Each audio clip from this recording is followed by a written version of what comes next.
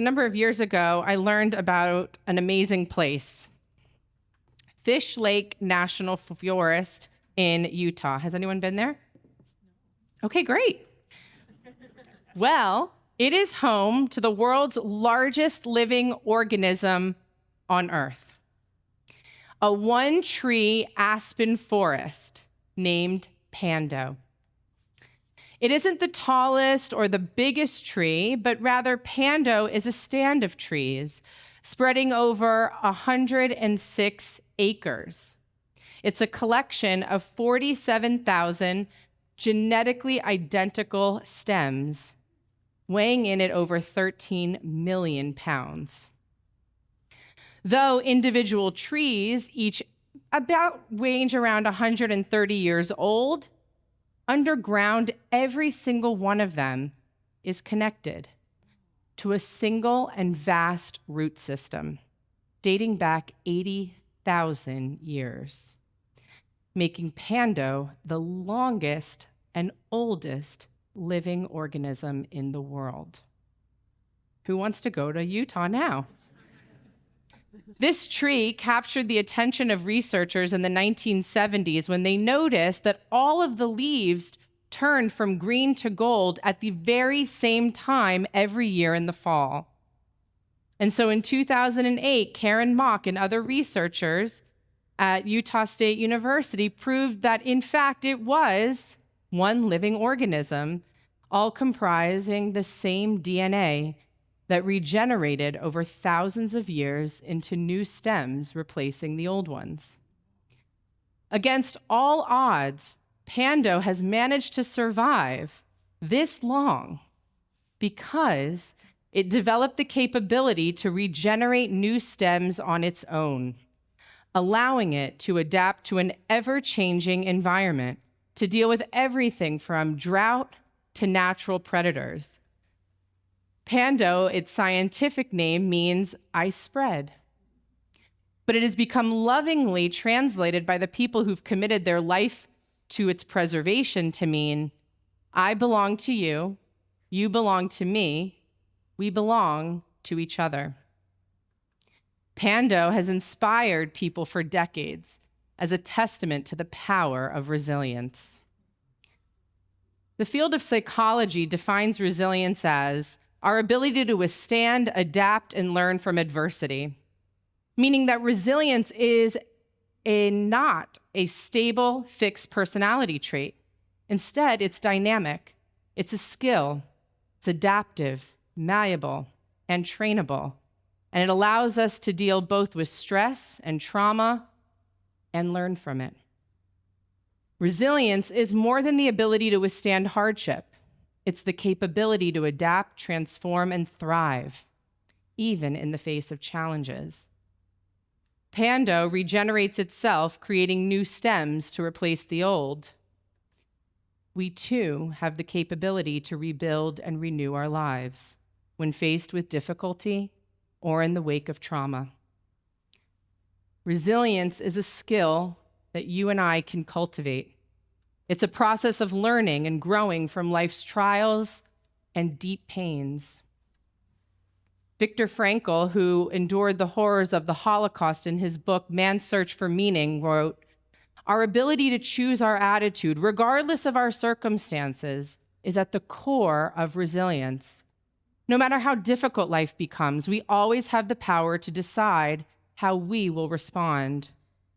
He continues, "Resilience doesn't mean denying pain or hardship, but rather finding the strength to move forward with purpose.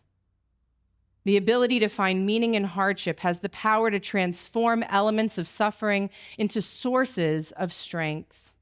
Being resilient is the ability to live in the tension between sorrow and joy, between despair and hope. As Jews, we have always lived within that tension.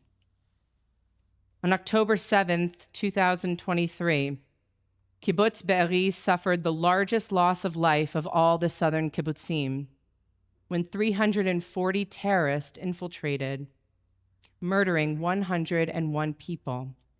About 1 out of every 13 people living at Be'eri. 30 members of Be'eri were taken captive, and 11 still remain in captivity. The destruction there is beyond words. Homes burned to the ground, others hollowed out by RPGs. Most structures were reduced to rubble. And a year later, the majority of the members of Kibbutz Be'eri are still living in temporary housing about 20 to 25 miles away. I came across the story of two men whose families are living in this temporary housing, but every morning they wake up early, jump into their cars, and drive home to Be'eri. They go there just to water the lawns of every home, both the destroyed homes and the ones still left intact. They mend fences, they plant flowers, and when they plant, they imagine the future that they will create together with all of their members in Kibbutz Be'eri. Planting the roots of the new flowers deep into the soil is their way of affirming that life, even in the midst of devastation, is a life worth living for and a future worth building. We are not whole, they said. We are not whole, but we will be. We are one community. We may be angrier and in more pain than ever before, but we are stronger than ever. His words reflect a deep faith in the future, a belief that life, though deeply painful and altered forever, is still precious and still so full of potential. To be resilient is to hold on to hope even when it seems impossible. It's the belief that new possibilities can emerge and will emerge from the rubble. This forward-looking vision is essential to nurturing a resilient spirit.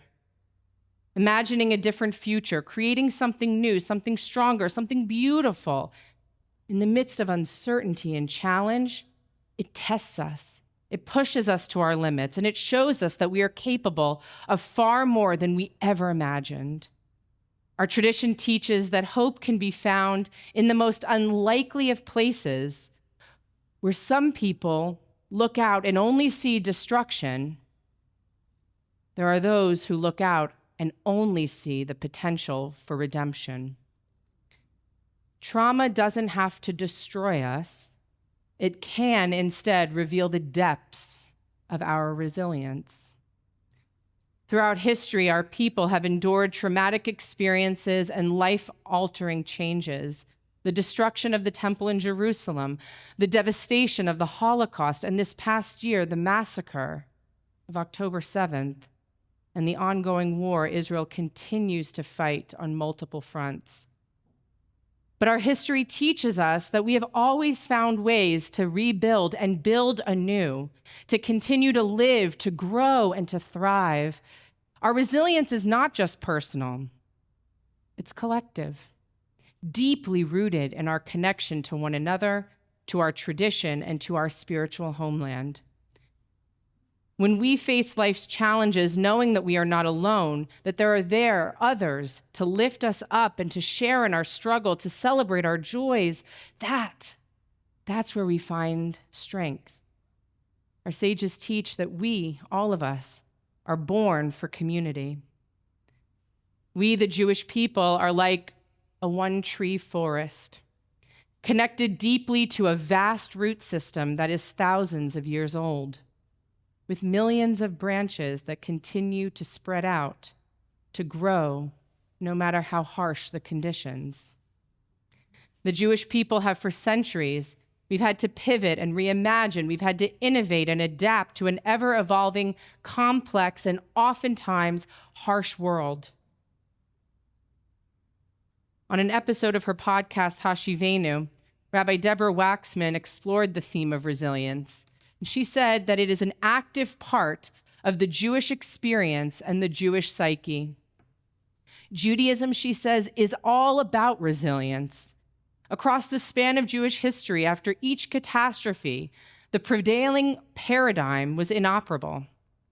We no longer knew how to understand ourselves in relation to God, to one another, to other Jews, to other people. And throughout our history, Jews have ultimately transcended. We have repeatedly breathed new life into the Jewish people, Jewish civilization, and we have found pathways toward repair. From trauma, we have had to heal.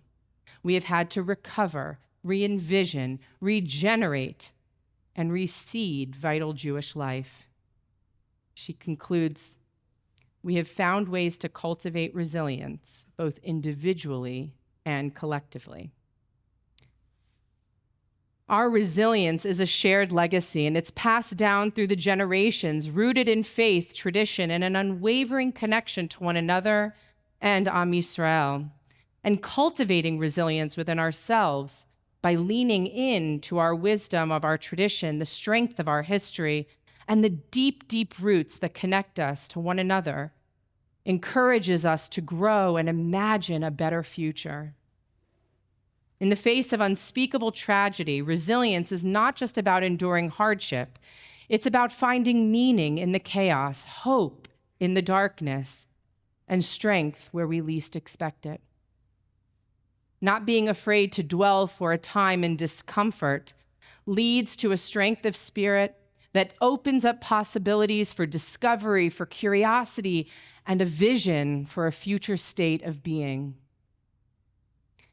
Rabbi Naomi Levy writes extensively on hope, prayer, and the journey toward finding strength, resilience, and faith in difficult times.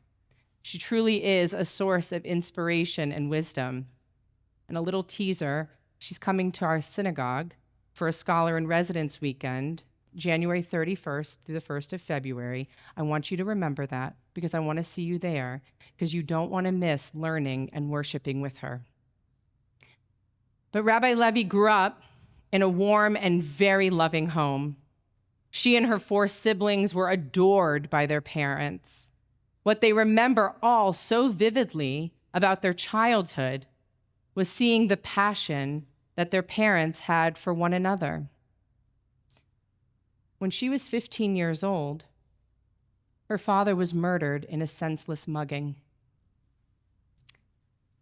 Soon after his death, Naomi remembers secretly hoping that her mother would remarry because she was so incredibly worried about her mother's unhappiness, her loneliness, and that deep pain.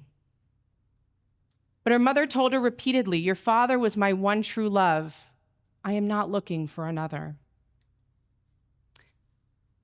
One day, well into adulthood, Naomi realized that her mother had made a conscious choice to transcend her sorrow by leaning into her solitude and allowing it to transform her life. At the age of 65, her mother started taking classes at a local college, and one of the courses was Yiddish literature. One day, the professor became ill.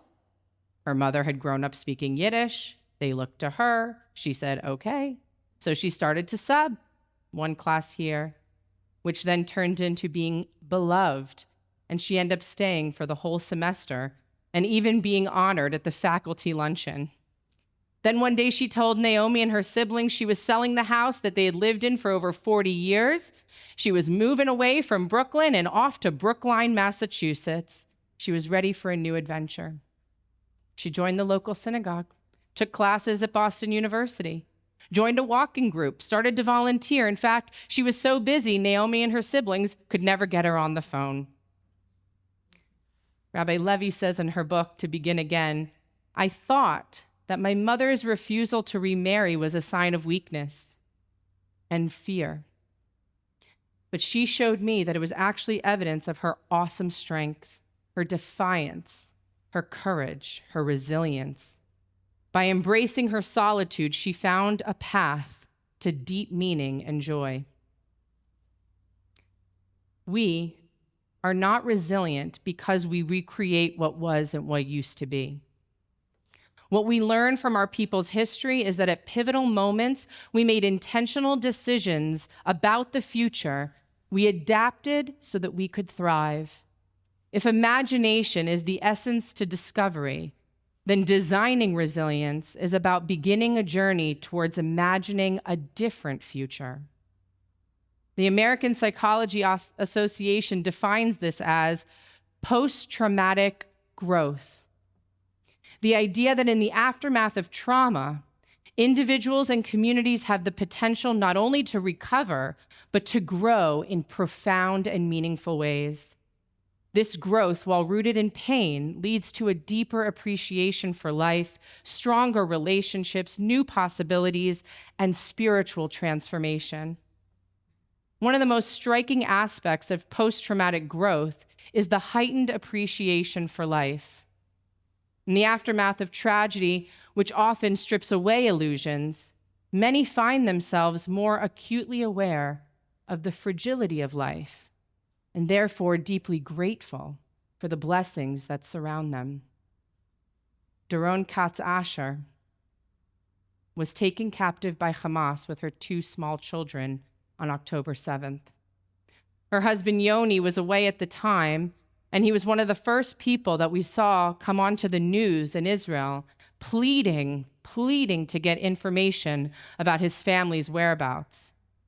I remember listening to him and hearing the incredible desperation in his voice as he shared that her Find My iPhone showed him that the last place she was in the center of Khan Yunis, Gaza. Doron and her daughters were part, though, of the first release of hostages and returned home 49 days after an excruciating captivity. Just days ago, after Rosh Hashanah, Doron posted on her Instagram a beautiful picture of herself with her hand on her belly. Her caption read, "To bring life into the world 1 year almost after I lost my own is the greatest gift we could have ever asked for this new year." Is that not the power of a spirit of resilience? We are all seeking hope and beginning a meaningful path forward. Viktor Frankl's profound and lasting impact on the world of psychology was his recognition that meaning is a central factor in mental health. And he said, "We must never forget that we may also find meaning in life even when confronted with a hopeless situation. When facing a fate that cannot be changed, for what it matters most, it's to bear witness to the uniquely human potential at its best, to transform personal tragedy into a triumph, and to turn one's predicament into a human achievement." He understood that even when we cannot change our circumstances, we can change how we respond to them. We can choose to see life, every moment of it, as a gift, even in the midst of our suffering.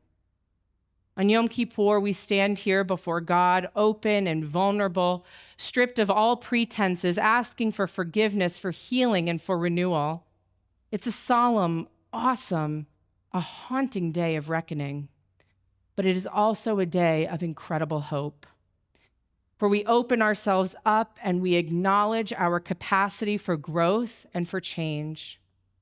This is the spiritual work of resilience, to see ourselves as capable of healing, worthy of redemption, and deserving of a better future. 1 year after October 7th, we all recognize that we are still profoundly holding grief and loss in our hearts.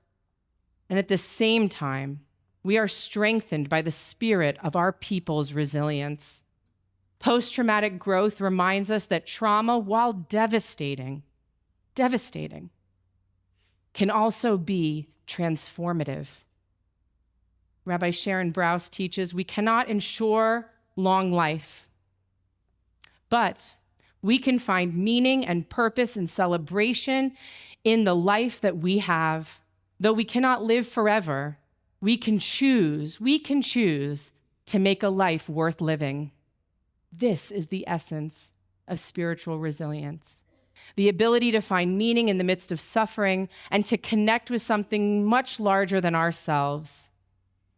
Like Pando, I belong to you. You belong to me. We belong to one another. And we will continue to grow, to thrive, and carry our story forward for generations to come. Am Yisrael Chai. The people of Israel live, and so too do we live with a strength of spirit, love, and a strong sense of resilience. Amen.